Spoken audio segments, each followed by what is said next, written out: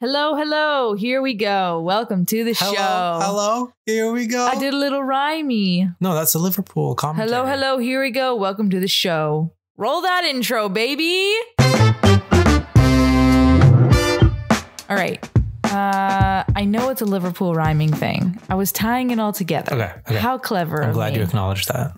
Okay. So Eric and I did not come up with things to talk about on this podcast, but trying. Because I'm a genius. Also, I've been trying to have that conversation. We did not. Just like, no. No, we didn't. Right now, you're like, oh, I got stuff. Right stuff. now, when the podcast to have a starts. brief before you start, so then you're on the same page. Okay, so from the last episode, our notes, we didn't talk about one thing. Fantasy football. I teed it off at the end of the episode. That's right. And I won this weekend. Okay, so don't let me ask, how's it going? Sorry. Just go right into it. No. Get to the point. It's not like we have to fill out 30 minutes, and this is only the first minute. So I won. I'm on to the next round. There's something wrong with the next round. What's wrong with the next round? The league commissioner didn't seed the fantasy playoffs properly. Sorry, what does that even mean for us folk who don't know? There's a guy in charge. Yeah. So like a guy in charge of fantasy football? Well, just like he's like the admin for the group.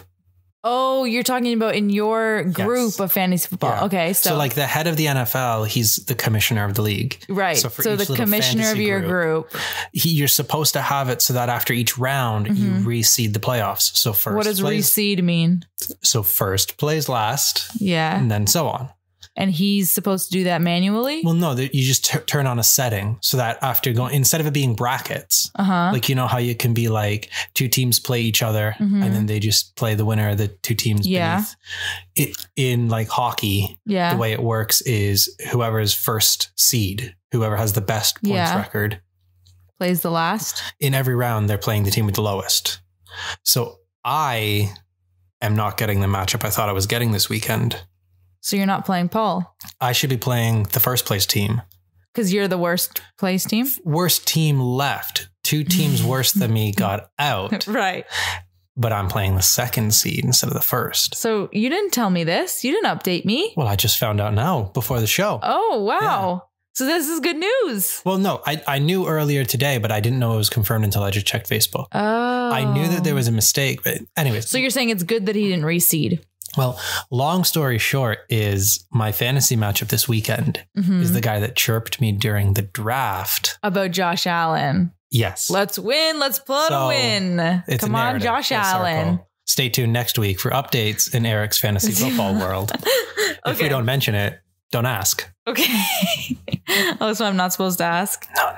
Well, okay. Yes, because I will be going into the finals, going into Christmas weekend. Okay. It's going to be really cool. Wild ride. So fantasy wasn't the note that we left out of the podcast last week. Right. The note that we left out of the podcast was that I was going to see the ankle surgeon next week. Yeah. So it already happened. Yeah, that was yesterday. Yes. 2 days ago. In listener world. Yes. How do you feel it went? I think it went as good as reasonably it could have been expected. Okay. It was a check-in with the surgeon, I guess is the context that people need to know. Yeah, I'll give that. Basically, I've been trying, if you haven't been keeping up with the YouTube videos, which you should, Evie Y on YouTube. Basically, I've been trying to get a hold of my surgeon for the last 4 months. Just to get second opinion referrals, because in Canada, the way it works is you can't just call up a doctor and pay to see them. You have to get a referral from another doctor that basically says, see this person, here's all their files, even though I have all of my files. It's a good trade-off for free. Yes, but it's difficult because there are so many barriers. Yeah. And like I had to wait 4 months just to ask my surgeon to give those referrals. And then I don't know how long I have to wait to see these top doctors, right? Like some of the doctors in Toronto, the wait time could be 1 year to 3 years, which I already know that exists because before even going to see my surgeon back in 2017, they were like, it's a 3-year wait. So So so basically I didn't expect anything other than, hey, can you give me these referrals to these doctors and how many can you give me? But he scheduled an x-ray beforehand. That was fun. Which went so terribly, in my opinion. Like I got in there to do the x-ray and the guy basically questioned if it was my ankle that was the problem. He was like, are you sure it's your ankle? I'm like, buddy. I didn't say that, but I was like in my head, buddy, I'm sure it's my ankle. And then he asked me to do a standing x-ray and he was like, so you have to put all of the weight on your right ankle and just like kind of stand on one leg like a flamingo basically, but not really like that, but basically like that. And I was like, I cannot put zero amount of weight on this ankle. He's like, are you sure? Are you sure? I'm like, I'm sure. I haven't been walking for the last year. I am very sure I cannot put weight on this ankle. Did it change what you were expecting going into the meeting with the surgeon? Surprise x-ray? The surprise x-ray. The surprise x-ray did change my preemptive thoughts. Okay. Like when before having those x-rays, I honestly thought my surgeon was just going to say, hey, you can't be my patient anymore. I don't know why. I just thought the worst possible. Okay. If that's even possible in Canada, I don't know. But basically, I thought he was going to say, hey, you're not listening to me, so I can't have you as a patient anymore. I kind of want to ask about that, though. What about it? Why do you feel you're not listening to him? Because he wants me to do a fusion and I haven't said yes. Right. But so it almost sounds like you feel like it's wrong that you're asking for second opinions. Mm-hmm. And 2, it's wrong that you don't have it yet. Yeah. But at the same time, I'm sure he's aware how long it's been since you were last in the hospital. Yeah. And he knows that you've been trying to contact him. And I just don't think there's not shame in getting second opinions. And I don't think he's had that. Well, I think that's what I learned while being there. Like, he was very open. I thought he was already open to me getting second opinions outside of Canada. I didn't know that he was going to feel the same way with doctors in Canada, because these are his, not coworkers exactly, but they're his competitors. They're his whatever. I just didn't think, because like a company in another country, he's not a company, but somebody in another country, you don't necessarily see them as competition. I wonder if it is like that, though. I don't know what it's like. I don't think it's Coke versus Pepsi. I just like have that in my head. So like talking to someone in Canada makes me feel like it feels sacrilege to me to be like, hey, I want to talk to with the manager. Yeah, like that's what it feels like to me.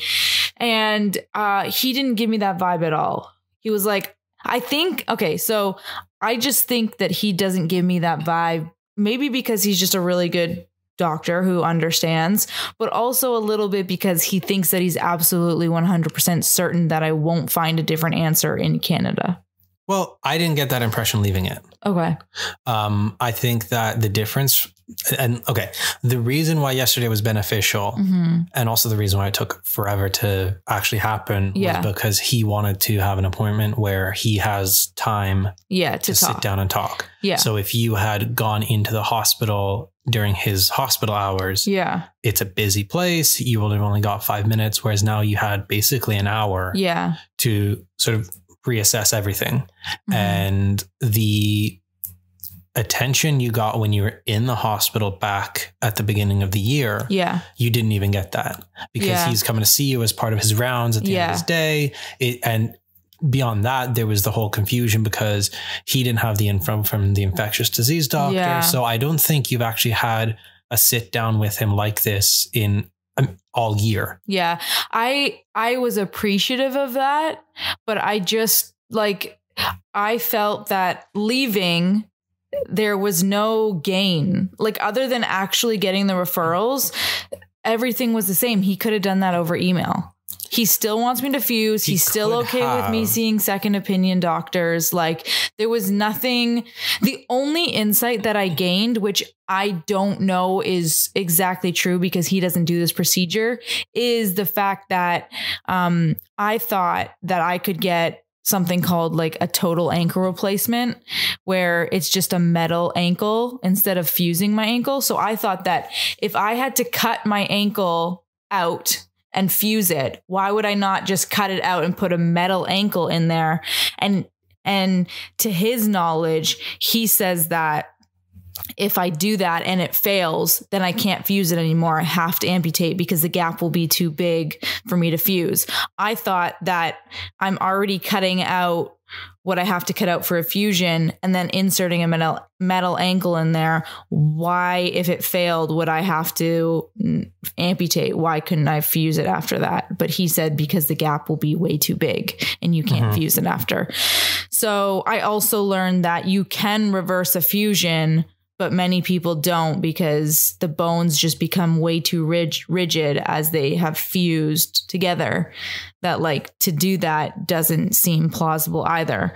So I did leave feeling a little bit disappointed, good, but also disappointed in the sense that like I thought that if I had to get a fusion, then I would be fighting for a total ankle replacement. But now it gives me something to think about, at least until I can talk to somebody who actually has experience putting in total ankle replacements, because he doesn't have that experience. Like he knows more than me, but in my eyes, he knows as much as I do because he just reads about these things. He's never actually done it. Maybe the way I approached this particular meeting mentally might have been different. Yeah. Just in the sense that, what's a good example? Like, okay, in school, I always preferred like math over English because there was one right answer. Yeah. And the English teacher could be a bit of a douchebag and like, oh, I don't agree with your subjective essay, but like math is 1 + 1. There's only one answer. And the more complex a situation, the less that's the case. So if you break an arm and it's just a common procedure, they'll whack a cast on there, you know what to expect.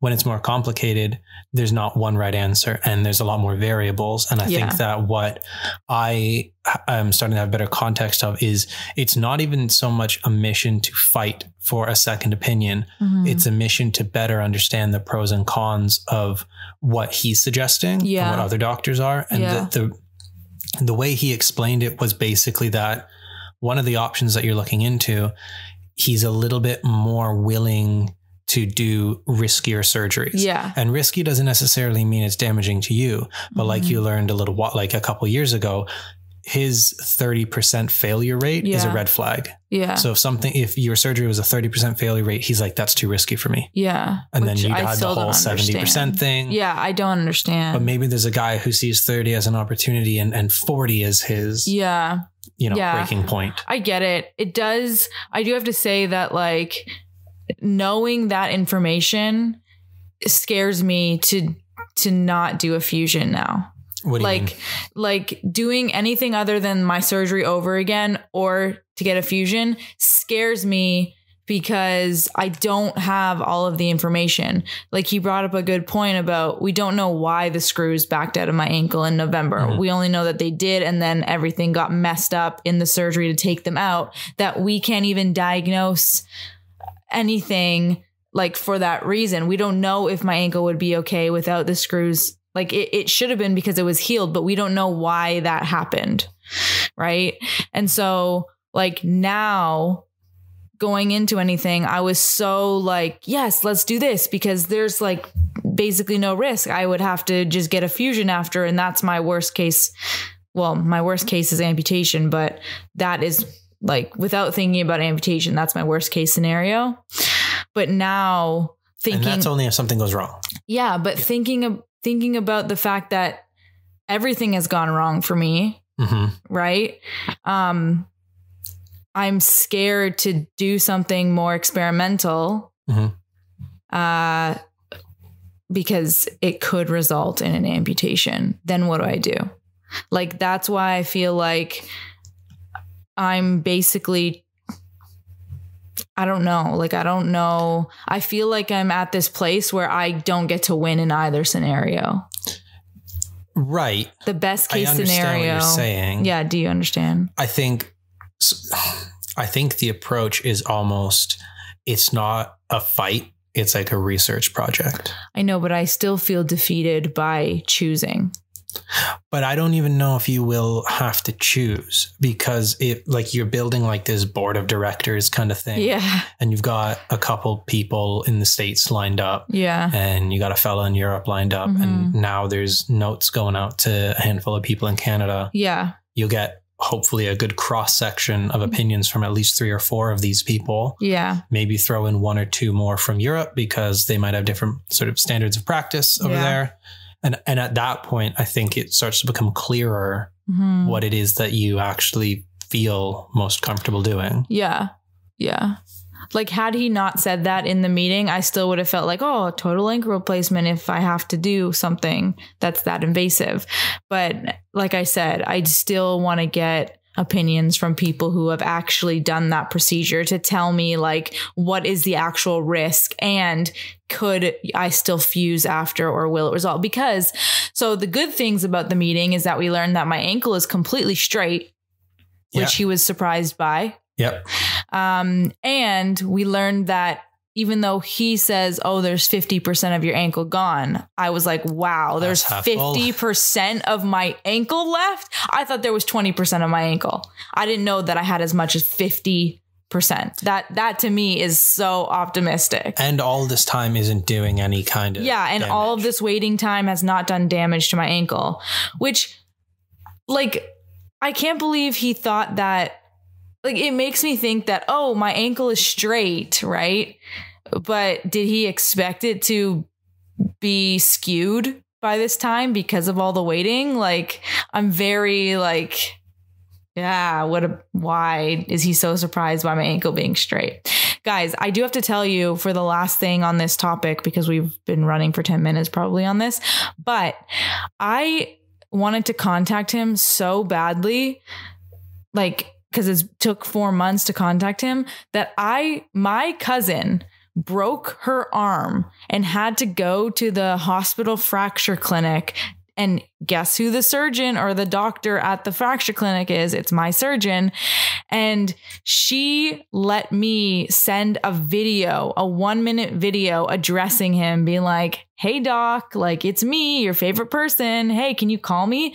Type of thing. So she played that video. Or rather, she didn't play that. I don't know. She played the audio. She played the audio of that video for him while she was getting a cast on her arm. So I just thought that was like, you always hear about people like waiting outside of doors for big executives to get that job. And I just thought that this was like a funny, like, third door approach to trying to get in touch with my surgeon. But anyways. Okay, so let's move on. I don't know where are we going now? We are going to The Office. The Office? Yeah. The show. Okay. So I have never watched The Office. I tried to watch it a couple of times, but I just never got past the first episode. But scarcity demands attention. And I heard that The Office is coming off of Netflix December 31st. So January 1st won't be there. So I was like, I have to binge watch The Office now, which I've been doing. And today there was an episode where... Is this a spoiler alert? This is a spoiler alert. We'll put a time code for after it. Like, how are we gonna... I don't know. Okay. Somebody's getting married. Okay. That's not a spoiler. Okay. Somebody's getting married in this season. Okay. And it's very super generic. Well played. Yes. Thank you. I'm proud. Okay. So somebody's getting married. Usually I spoil things. So I'm very proud. Yeah. Somebody's getting married. Or just for later, that phone call with your grandmother yesterday, like, someone's got to address that tire fire Continue. Sorry, what? You tried to prank your grandmother and it was the worst attempt. Oh, yeah, we can talk about that if we have time.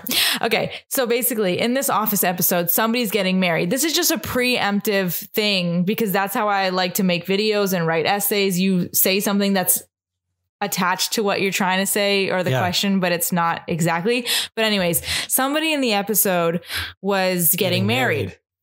And they like had a registry, right? But all they wanted was money.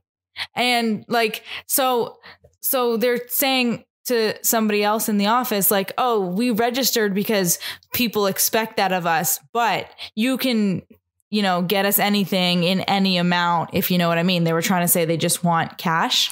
Right. But then the person goes, oh, well, I have a birdhouse. My cousin makes great birdhouses. So I didn't want to tell you, but I just thought, I'm going to get you something off the registry. So we're going to give you a great birdhouse. And this person was like, oh, crap. Like, I don't want a birdhouse. Right. So my question to you is, Christmas is coming up. Good God. Okay. What do you do if someone gives you a gift that you don't want, don't need, don't like? For whatever reason, you don't like the clutter, you don't like the actual item, you're appreciative of them putting thought into a gift, but you just don't need it. What do you do with difficult. Like, I just feel like in general, you shouldn't give people something that's like supposed to be displayed. Right. Like you shouldn't give them some kind of like framed picture or I don't know, like if it can at least be hidden in a drawer or something. Yeah. Because who are you to say that should be on display in their home every day? Right. No, I get it. You're only there every once in a while. Yeah. Why would they? Unless it's been on like some list of theirs that you're just picking, like a registry. Yeah. Yeah. But like, yeah. But what do you do with like something like they get you a t-shirt or something that you don't like and you don't want to wear it. And that can be hidden in a drawer, but like you just feel guilty every time you open your drawer and you're like, oh, this person got me this shirt, but I really hate it. I think the move depends on the person. Okay. I think, unfortunately, if the person isn't good at that kind of conversation, then you kind of just have to just take the thing, just bury it. If they are good at that conversation, I think you need to be upfront about it. How long do you bury it for? How long until you can throw it out? Do you wear it once? No, like ideally you could find out where it's from and try and at least get. My thing is it's sort of like that's a wasted opportunity for them to actually give you something you could use. Yeah. So if you can get store credit somewhere or get money back and put it towards a thing that you actually want, like. How can you get store credit without talking to the person though? Sometimes you know where it's from.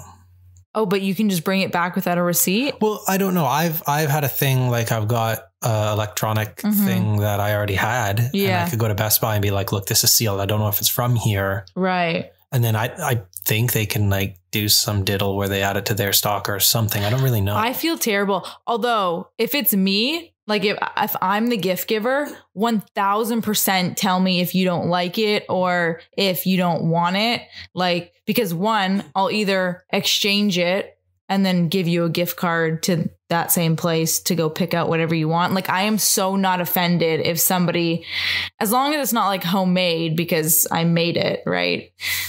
But if it's something that I bought that you really don't think you'll use, like, let me give you something better. Like, sorry, I missed the mark. That's my bad. Like, this is starting to become a thing where I don't really want to just say like my personal preferences. Yeah. But my personal preference is that I don't know, if I want something, I kind of just get it. Yeah, same. Like, now that I have a job, like when you're a kid, you can't necessarily just go out and get the thing you want to get. Right. That's why you ask people to get you your necessities that you like always have to buy, but you just don't want to spend money on. Honestly, that for the longest time was my thing. If like grandparents would have asked me what I want, like, I want a gift card for this. Yeah. And I mean, because it kind of feels like sometimes they don't want to give money. They want to at least give you a thing. Yeah. Yeah. Okay. On the holiday spirit, we've been talking about buying marshmallows, which we haven't yet.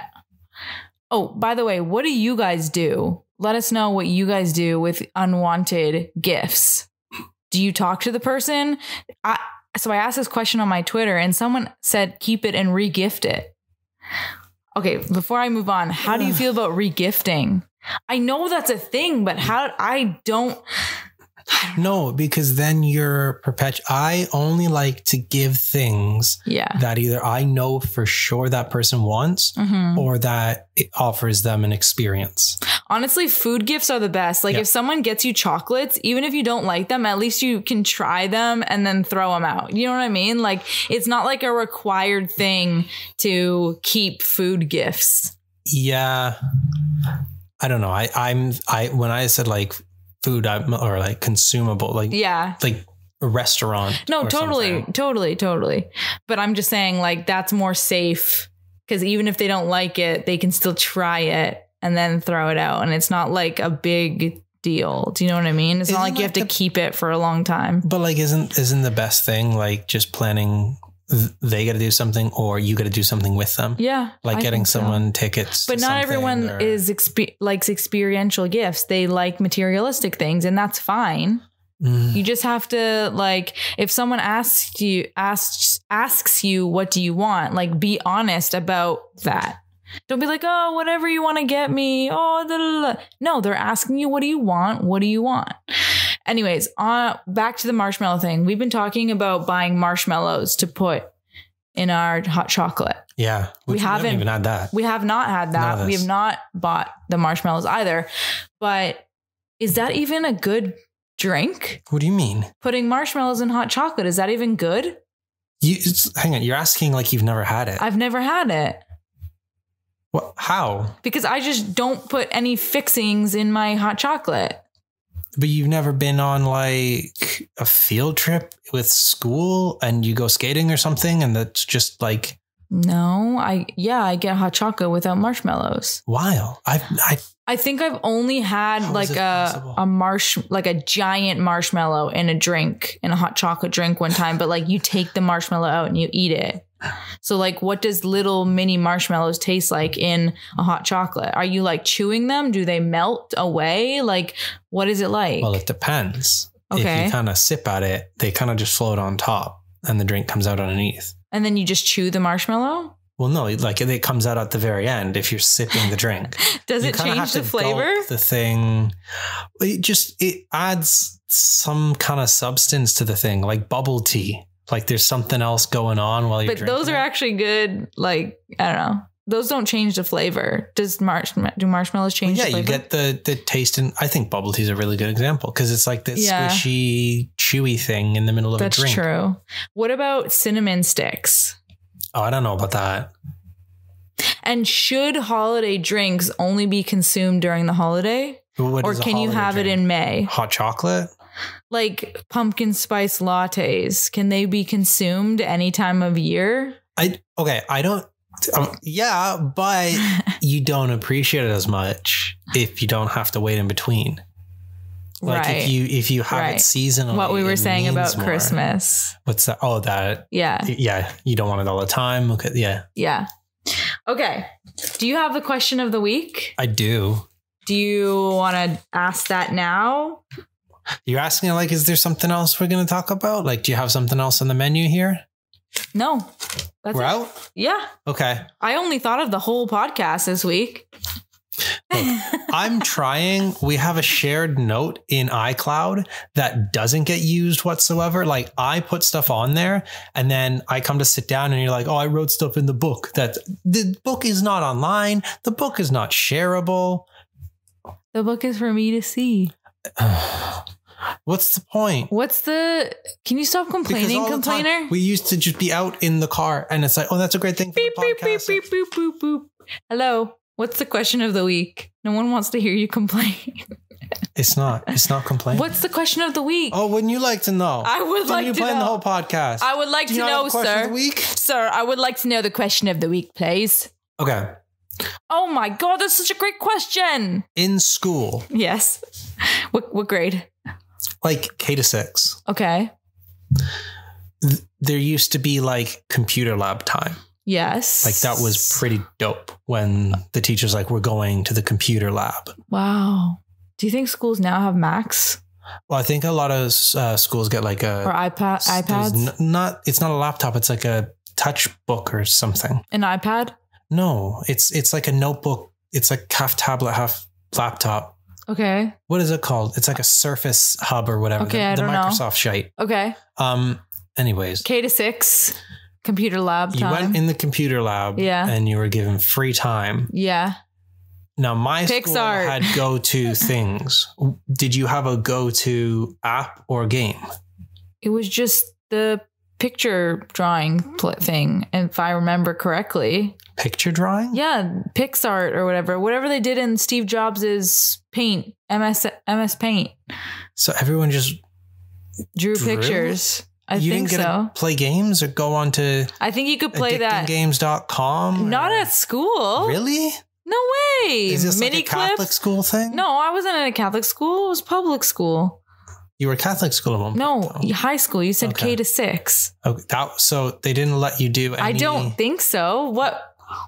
Are you sure we had the internet in K-6? Oh, we had the internet in K-6. Really? Yes. What? I remember grade maybe that Minesweeper game. You know Minesweeper? Yeah, but this is so like basic. Yeah, like, because that was K-6. That's what I would play if I went to like my grandparents and got their computer that has none of the fun. But if I'm remembering correctly, that's all there was available at that time. If you didn't go on the internet. I don't think we had the internet. We had internet. So we got to go at addictinggames.com. I don't remember. NabiscoGames.com. I do not remember these times. Really? I don't. Well, my game was Driver's Ed. Because my computer lab from K-6 would have been at that other school. I went to a school from K-6. Mm-hmm. And then I went to a school for grade 7 and 8. And then I went to a school for high school, right? Well, I went to 2 schools, grade 9. And then I switched to the Catholic school in grade 10 to 12. But... I don't even know if we had we definitely had computer labs because I remember the teacher. She had short gray hair, like a bob, like there was a separate teacher in the computer lab? Yeah. Oh. Yeah. Weird. But I don't remember what we did in that computer lab session. I remember what it looks like. I do not remember what we did. The computer lab in my 7 and 8 school was in the library. So I remember that lab as well. I do not remember what we did. I can't remember. I think it's ultimately not a thing anymore. All I remember from K-6 is playing volleyball, basketball, and singing in the choir. That's literally all. And eating snails because I ate escargot in French club. And playing chess because I played chess in the library for chess club. Wow, I'm a nerd. Wow, I'm such a nerd. But look at me being worldly, smart, and athletic. No wonder nobody liked me. I'm the whole package. I feel like at any point I should have just interrupted that, but that, you just kept digging your own hole there. So hey, listen, people like to throw things at shiny things. What? I don't remember the quote. People like to throw stones at shiny objects. Shiny objects blind people. A stone with a hole won't stay in the road. Okay, speaking of my grandmother, we'll have to get to her next week. No one knows that I'm speaking of your grandmother. My grandmother has a metaphor that goes like this. A stone with a hole in it will never be left in the street.